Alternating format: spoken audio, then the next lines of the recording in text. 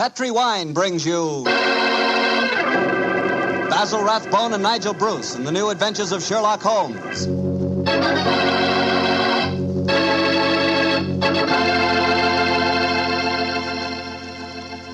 The Petri family, the family that took time to bring you good wine, invites you to listen to Dr. Watson tell us another exciting adventure he shared with his old friend, that master detective, Sherlock Holmes. You know, the lives of Holmes and Watson were not always filled with action. They spent many a quiet evening at home in Baker Street, discussing the problems of the world over a glass of port. You know, it seems that no wine is more expressive of friendship and hospitality than port.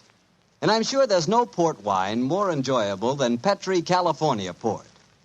Try a good glass of Petri port after dinner some evening, or any time you get together with your friends. You'll love the rich, ruby red color of that Petri port. You'll love its smoothness and full body, its remarkable and wonderful flavor, a flavor that comes straight from the heart of luscious, hand-picked grapes.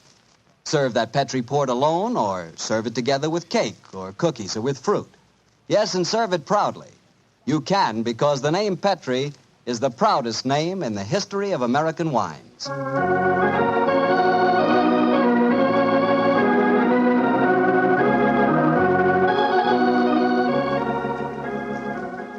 And now I'm sure our old friend Dr. Watson's expecting us. Let's tap on his study door.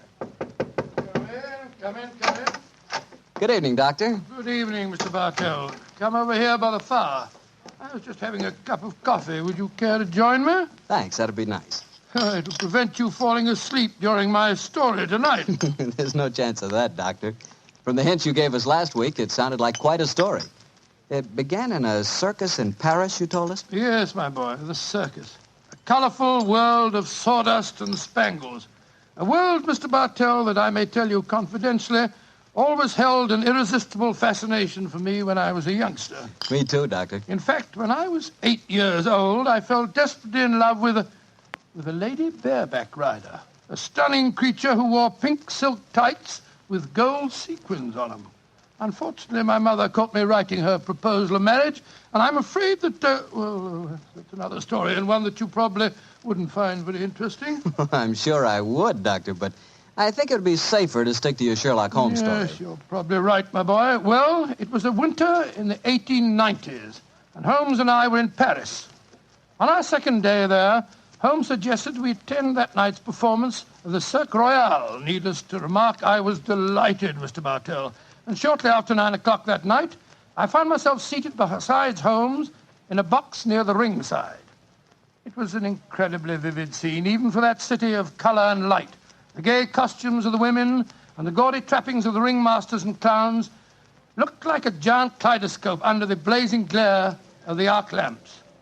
As we sat there, a brass band nearby blared forth some popular music of the day, and yet he didn't appear to be enjoying himself. And so I leaned across and touched his arm.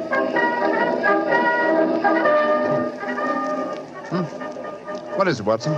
Well, you're very quiet, Holmes. Aren't you having a good time? A good time, I suppose, old chap. I was just wondering where Mr. Edwards is. Mr. Edwards? Who's he? An extremely distinguished client who was to meet us in this box at 9 o'clock. Client. Oh, this little excursion was on business. After all, yes, I might have known it. No worry, old fellow. In your case, I think you'll be able to combine quite a little pleasure with the business. Well, can't you be a little more explicit, Holmes? Shh. Here comes the ringmaster. Mesdames et messieurs, j'ai l'honneur de vous présenter ce soir la grande vedette du cirque, Mademoiselle Gisèle Girondet, équestrienne incomparable.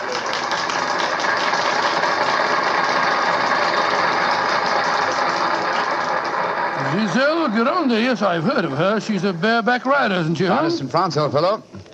She also has quite a reputation as a femme fatale. 3 duels have been fought over her. A young English officer in the Grenadier Guards committed suicide last year because of her. And a famous French banker is at present languishing in prison because her extravagances drove him to appropriate funds that did not belong to him. Yes, Watson, she's an extremely colorful personality. You know, Holmes, the funny thing, when I was 8 years old, I fell violently in love with a lady bareback rider. She wore pink silk tights with golden sequins on them, but unfortunately... Here she is, old fellow. Here she is.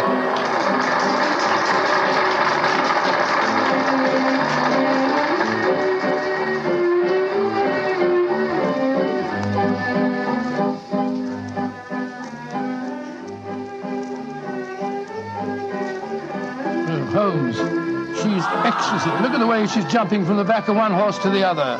Sheer poetry of motion. The lady appeals to you, Watson. By George, yes, indeed she does. In fact, Holmes, I don't mind telling you that if I weren't a married man and a poor man... You'd like to court the lady, eh? Yes, I should Excellent, indeed. old fellow, excellent. That's the very reason for our attendance at the Well, what in circus. heaven's name are you talking about, Holmes? Ah, there you are. Good evening, Mr. Edwards. Holmes, my dear fellow, how are you? I haven't seen you since that little affair at Windsor Castle when Mother... Excuse me, sir. I am Mr. Mycroft, and this is my friend, Sir William Nigel. Sir William Nigel? Of course. And I am Mr. Edwards. We must respect each other's incognitos, eh? How do you do, Sir William? Well, I'm extremely honored to meet you, Your Royal... Mr. Edwards. How'd you like Giselle? Isn't she a stunning creature? Yes, indeed she is, sir. The four of us to have supper together after the performance tonight, I understand, Mr. Edwards. Well, unfortunately, I can't be there, Mycroft. There's some stupid affair at the embassy which I have to attend. We must postpone the dinner until tomorrow night. Oh, very well, sir. Come over to my hotel a little early and we can discuss the whole business. Personally, I think a lot of fuss is being made about nothing.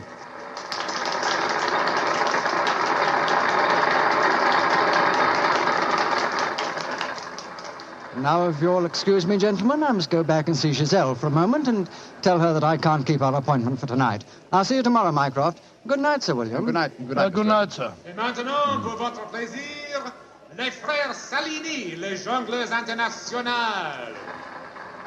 Holmes, what's all this mystery? That wasn't Mr. Edwards, it was the Prince of... Watson, please. Discretion, old fellow. Mr. Edwards, as you know, is extremely democratic. Too much so, possibly, when one considers his position and responsibilities.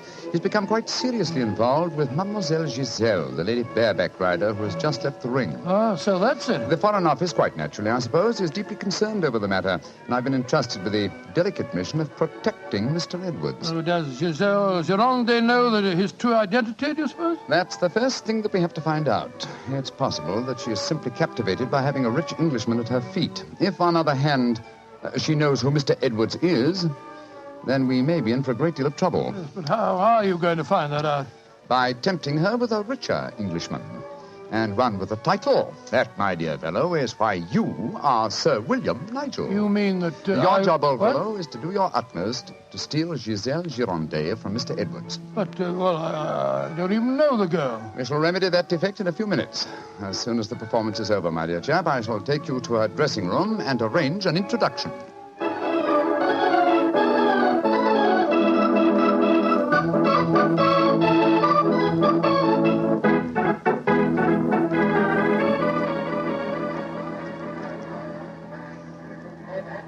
I must say, Holmes, the backstage life at a circus is even more colourful than in the ring. What makes you say that, old fellow? Well, I just saw a pinhead having tea with a bearded lady while a sword swallower was standing behind him practicing his act. Oh, hello.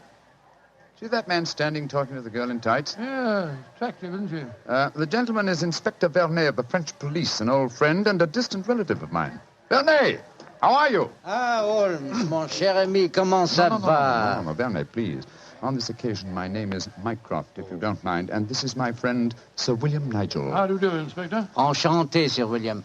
Permit me to introduce Mademoiselle Yvette Marat. How you do? How do you do, How madame? do you do? What brings you behind the scenes at the circus, may I ask, mon cher Mycroft? My friend Sir William is most anxious to make the acquaintance of Mademoiselle Gironde. But of course, every man wishes to meet Giselle Gironde. Why not ask Vernet? He will present you to her. Ha! He knows her well. Oh, now, Yvette, chérie, do not begin that all over again. You're in love with her. You have always been in love with her. I wish you were dead. Sometimes I think I could kill her myself. Upon my soul, Inspector, she's a fiery little thing, isn't she? Ah, ça c'est vrai, ça, Sir William.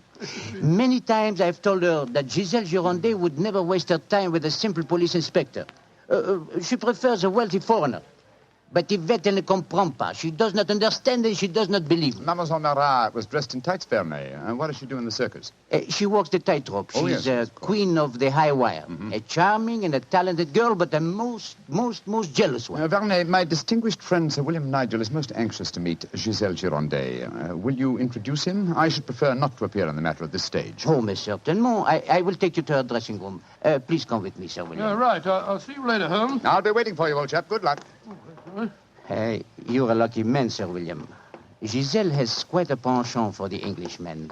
And when they are rich and have a title, I am sure she finds them irresistible. You really think so? Oh, but of course. Ah, quel dommage that I am only a poor policeman. Here we are. Entrez. Giselle Monchou, permit me to present to you Sir William Nigel. He is a great admirer of yours. Yes, indeed, madam. Ah, Sir William Nigel. Come and sit here beside me, Sir William. I shall leave you. Au revoir. Sit closer. There. That is much more cozy, no? Oh, it's very nice of you to see me, Mademoiselle Gironde. Oh, don't be so formal, my Englishman. You may call me Giselle, and I shall call you... Let me see, I shall call you Sir William... Willie! I shall call you Willie. You do not mind? Mine, it's very delightful. Quite delightful, my dear. I was hoping perhaps that you'd care to have a little supper with me tonight, Giselle. So what about some oysters, a cold pheasant, and a bottle or two of Pomeranian Green 072? You get to taste rather well, don't you think? Oh, Willie, I can see you are a perfect Oh, toast. I don't know about One that. moment, I get my cloak. Well, you know, Giselle, it's a funny thing. What is a funny thing, Willie? When I was 8 years old, I fell violently in love with a lady bareback rider at a circus. History seems to be repeating itself. Here. Alfieri, do you no longer knock when you come to my door? Who is this man? My name is Nigel, Sir William Nigel, my good man, and who may you be? I am Alfio Alfieri. I am Alfio Alfieri. And what is he? A trainer of wild animals. An imbecile. Rathbone. You must not speak to Alfio in that way. You belong to me. Send this stupid Englishman away. Founded impudence. Grossier. Belong to you. Giselle belong to no one. Do I have to take my whip Now, to put you? down that way. Put it down, you scoundrel. Next time it will be your face, Carla. You infernal blackguard. Raising your hand against a woman. Shocking. Bravo! Mon cher Willie has knocked him down. He certainly deserved it. Oui. And you in turn deserve something, Willie. Oh, what was that? Come close, Willie, and I give it to you. A little kiss. Oh, kiss? Thanks awfully. Oh,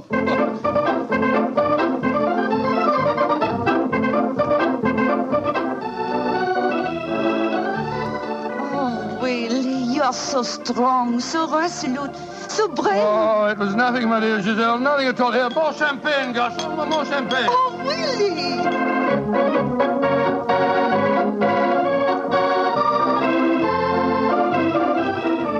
Giselle, Oui, Monsieur Edwards? have a box for the opera tomorrow night. I was hoping that Oh, I'm perhaps... sorry, Monsieur, but my time is occupied. I am showing the delights of moment to mon cher Willie.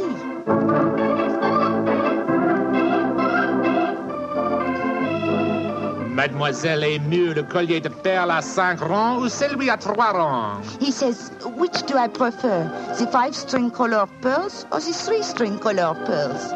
What does my Willie think? So that you can't hang too many pearls on a pretty neck like yours. I'll take the 5-string collar, my good fellow. You're doing splendidly, Watson, splendidly. Yes, but Holmes, I felt such a blasted fool handing that jeweler fellow a check signed by Sir William Nigel. You quite sure that it'll be honored? Don't worry, old fellow. Remember who our client is. Money is the least important concern in this matter. On with the masquerade, old fellow. On with the masquerade.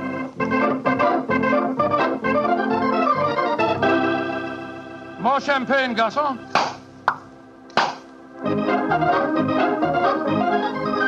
Willie, you are such a headstrong boy. More champagne.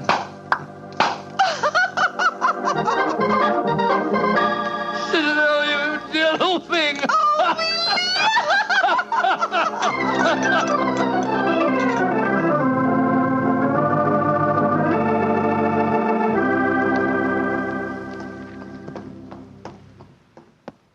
Good evening, Vernet.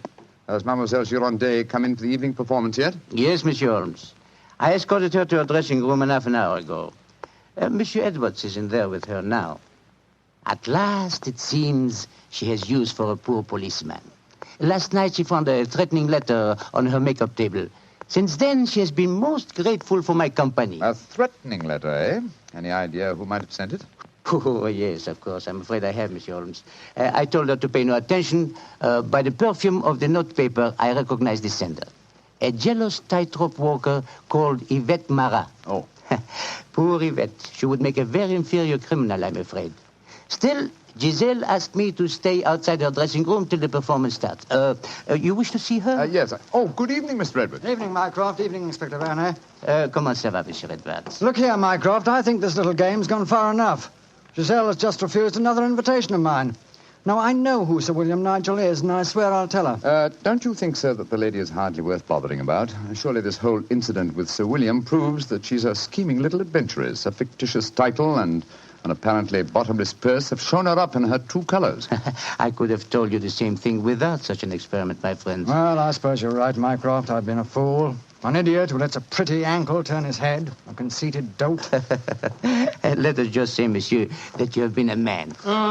Good evening, sir. Oh, good hello, evening. Watson. Good evening. Just going back to see Giselle for a moment, I brought us these flowers for her. I'll be back in a jiffy. Just a minute, Watson.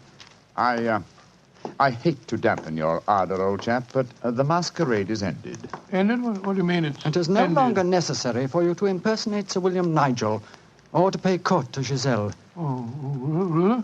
Really? Really? Well, that's a great relief, sir. Great relief. I've hated the whole business. Oh, yes, I'm sure you have. We appreciate the sacrifices that you've made, don't we, Sir Edward? Yes, indeed. Well, I must go back and see her once more, though. We had a rendezvous for tonight, and I must cancel it. A gentlemanly thing to do, you know. I won't be a minute. Never have I seen a man more downcast. Obviously, with him, my dear Holmes, business was a pleasure.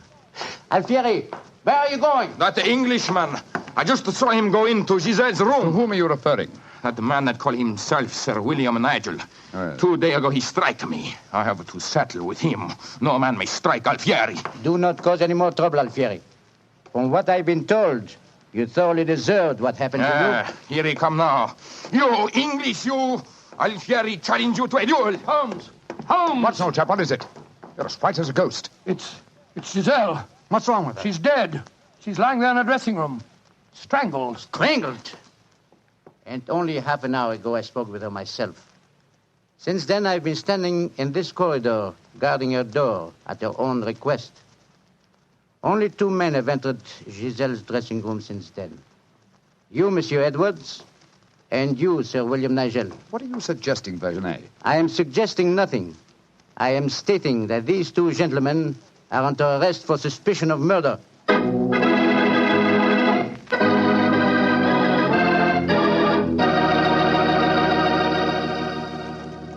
Dr. Watson's unusual story will continue in just a few seconds. Time I'd like to take to remind you that one wine that seems to be the outstanding favorite among the ladies is Petri California Muscatel. That's probably because, like a beautiful woman, Petri Muscatel is subtle and intriguing. Petri Muscatel is the color of burnished gold. And its flavor, well, it's the flavor of big, plump Muscat grapes, picked by hand carefully and tenderly when they're just full of wonderful, delicious juice. If you want to show that you really know the wine that women prefer, serve Petri Muscatel. Serve it after dinner or later in the evening. It's wonderful. And why shouldn't it be? It's a Petri wine. Well, Dr. Watson, so you and the mysterious Mr. Edwards got yourselves arrested on suspicion of murder, huh? Yes, Mr. Bartell. Holmes did everything in his power to persuade Inspector Vernet to release us, but it was useless. And so, while Mr. Edwards and myself were languishing in detention cells at the local Sûreté, Holmes and the French inspector were examining the dressing room of the dead woman. I'm sure, Inspector Vernet, that being as keen a detective as you are, you must suspect the true identity of Mr. Edwards. Of course, Monsieur Holmes. But that is the danger of incognitos. If he chooses to assume the identity of plain Monsieur Edwards, then he must run the risks of plain Monsieur And Edwards. you're convinced that either he or my friend strangled Mademoiselle Girondet? It is obvious. Then I'll have to prove to you that they didn't. Let me examine the body again, will you? If she had been strangled by either of my friends, why would her body be lying here under the window? It's as far away from the door by which they left this room as possible. That proves nothing. No, but it's odd. Giselle was a strong girl. There might easily have been a struggle. Perhaps she tried to get away through the window. And yet there are no marks of violence on her throat. Just this piece of very fine cord that did its deadly work so cleanly. Cut with a knife. Please do not remove the cord, Monsieur Holmes. The body has not yet been photographed. Dear me, Vernet, you're making it very hard for me, aren't you? You notice, of course, that the window is open. Yes, but we have examined the snow outside. There were no footprints within 3 yards of the window. The murderer must have entered by the door that I was watching. Yes, it would be hard, even for a professional acrobat to jump in. An acrobat? Vernet, your young friend, Mademoiselle Yvette Marat, is a tightrope walker. Yvette, but... Yes, she certainly had a motive. She'd even sent a threatening letter. I heard her express hatred and jealousy for this dead woman. It's conceivable that she could enter a room by a window without leaving footprints in the snow. Where was she at the time of the murder? I do not know. I was waiting for her in the corridor. Then I suggest that we investigate her alibi at once. And after that, Inspector, I must pay a visit to the Sûreté. I don't want my friends to think that I've deserted them.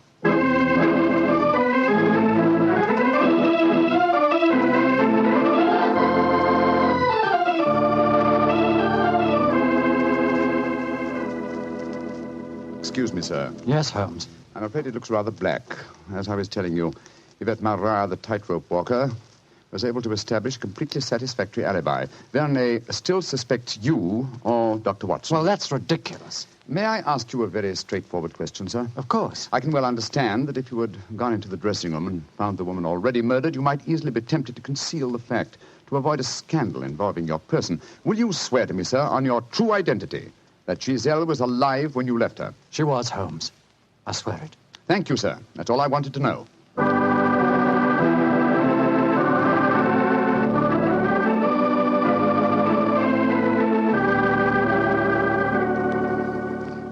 Holmes, I'm glad to see you. You know, I've been thinking. All this depends on Vernet's evidence. But supposing he was the murderer? He told us that Giselle had turned him down, you know. I'd thought of that, but Mr. Edwards swears that Giselle was alive when he left the room. And yet that means that Mr. Edwards... Oh, no, it's unthinkable. Holmes, you're not suggesting... Holmes, if I thought that were possible, I'd confess to the murder myself. My life wouldn't matter if it'd save a scandal like that. Great Scott, it'd shatter the empire. Dear old Watson, you shall not sacrifice yourself. You're as valuable a British institution as the Lion himself. No, my dear fellow.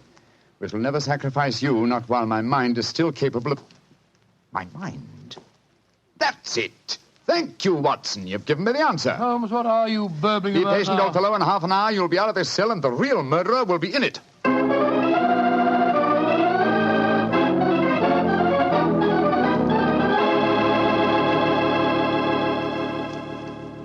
Questions.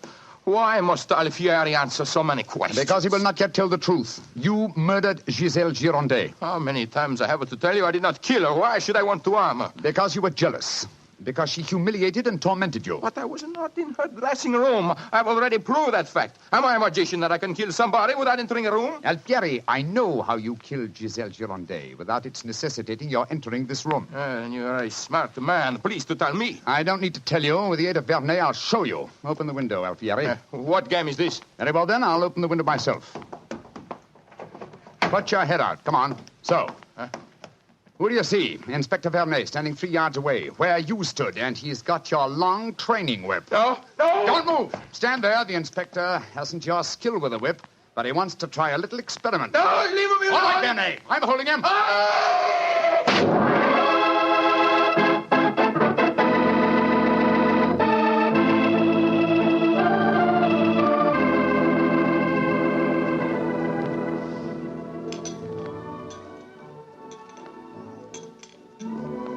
Well, Mr. Edwards, I mean, well, sir, this is a pleasant change from a prison cell, isn't it? It certainly is. Holmes, I can't tell you how grateful I am. I still don't quite understand how you did it. Watson, in rather a roundabout way, was responsible for giving me the clue. Oh, how was that, Holmes? Well, on more than one occasion, old chap, I've had cause to deplore your rather florid style of writing. Tonight, I was very thankful for it. When I began to speak of the capabilities of my mind, suddenly I remembered a phrase of yours in which you referred to its whip-like rapidity and accuracy.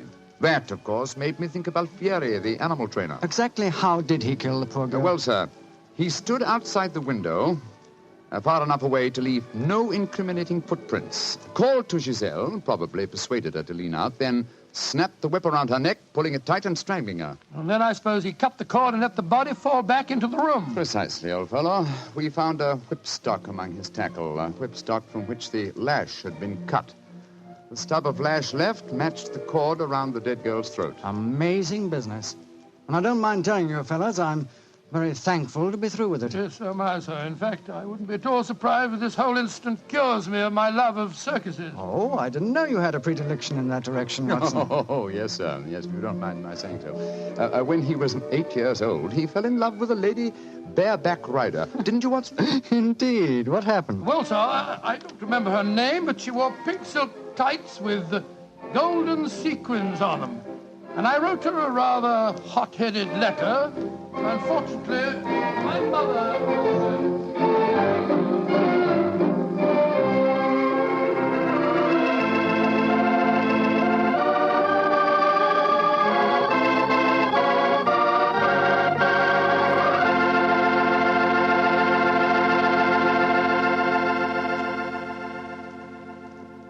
Well, Doctor, that was one of the most unusual stories you've ever told. And I might say you played a very prominent part in that case yourself. Oh, I suppose I did it. That, Mr. Bartell. Giselle was a beautiful girl. Beautiful. Boy, I sure love that nickname she gave you. Wheelie. Yes, I thought it was rather nice myself. Well, that is, I mean... Don't get embarrassed over a nickname, Doctor. You should hear the nickname I had. Well, when I went to school, all the girls called me Bottles. Bottles? Oh, I see, from Bartell. Bartell? Oh, excuse me. Some nickname, like a prophecy. What do you mean? Well, they called me Bottles, and now that's what I like to talk about most. Bottles. Bottles of Petri wine. Oh, I should have known. And I'd like to talk about Petri wine because, as far as I'm concerned, it's the swellest wine that ever poured from a bottle. That's because the Petri family really knows how to make good wine. Well, they ought to. They've been making good wine ever since they started the Petri business way back in the 1800s. And since the Petri family has always personally owned and operated their business, they've been able to keep that fine art of winemaking right in the family, handing it on down from father to son, from generation to generation. So it's no wonder whenever you want a good wine, you want a Petri wine, because Petri took time to bring you good wine. Well, Dr. Watson, what new Sherlock Holmes story are you going to tell us about next week? Well, now, next week, Mr. Bartell, I'm going to tell you of a strange adventure that Holmes and I had in the swampy fenlands of Norfolk. It concerns a gypsy encampment, a child that vanished, and a horrible death in the murky depths of a fearsome quagmire.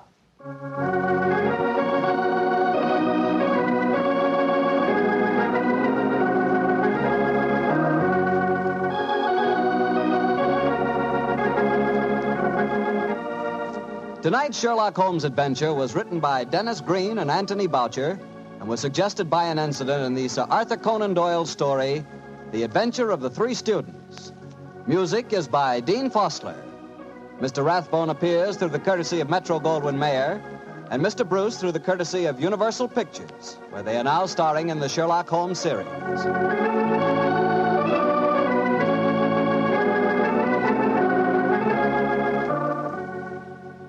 The Petri Wine Company of San Francisco, California, invites you to tune in again next week, same time, same station. Sherlock Holmes comes to you from our Hollywood studios.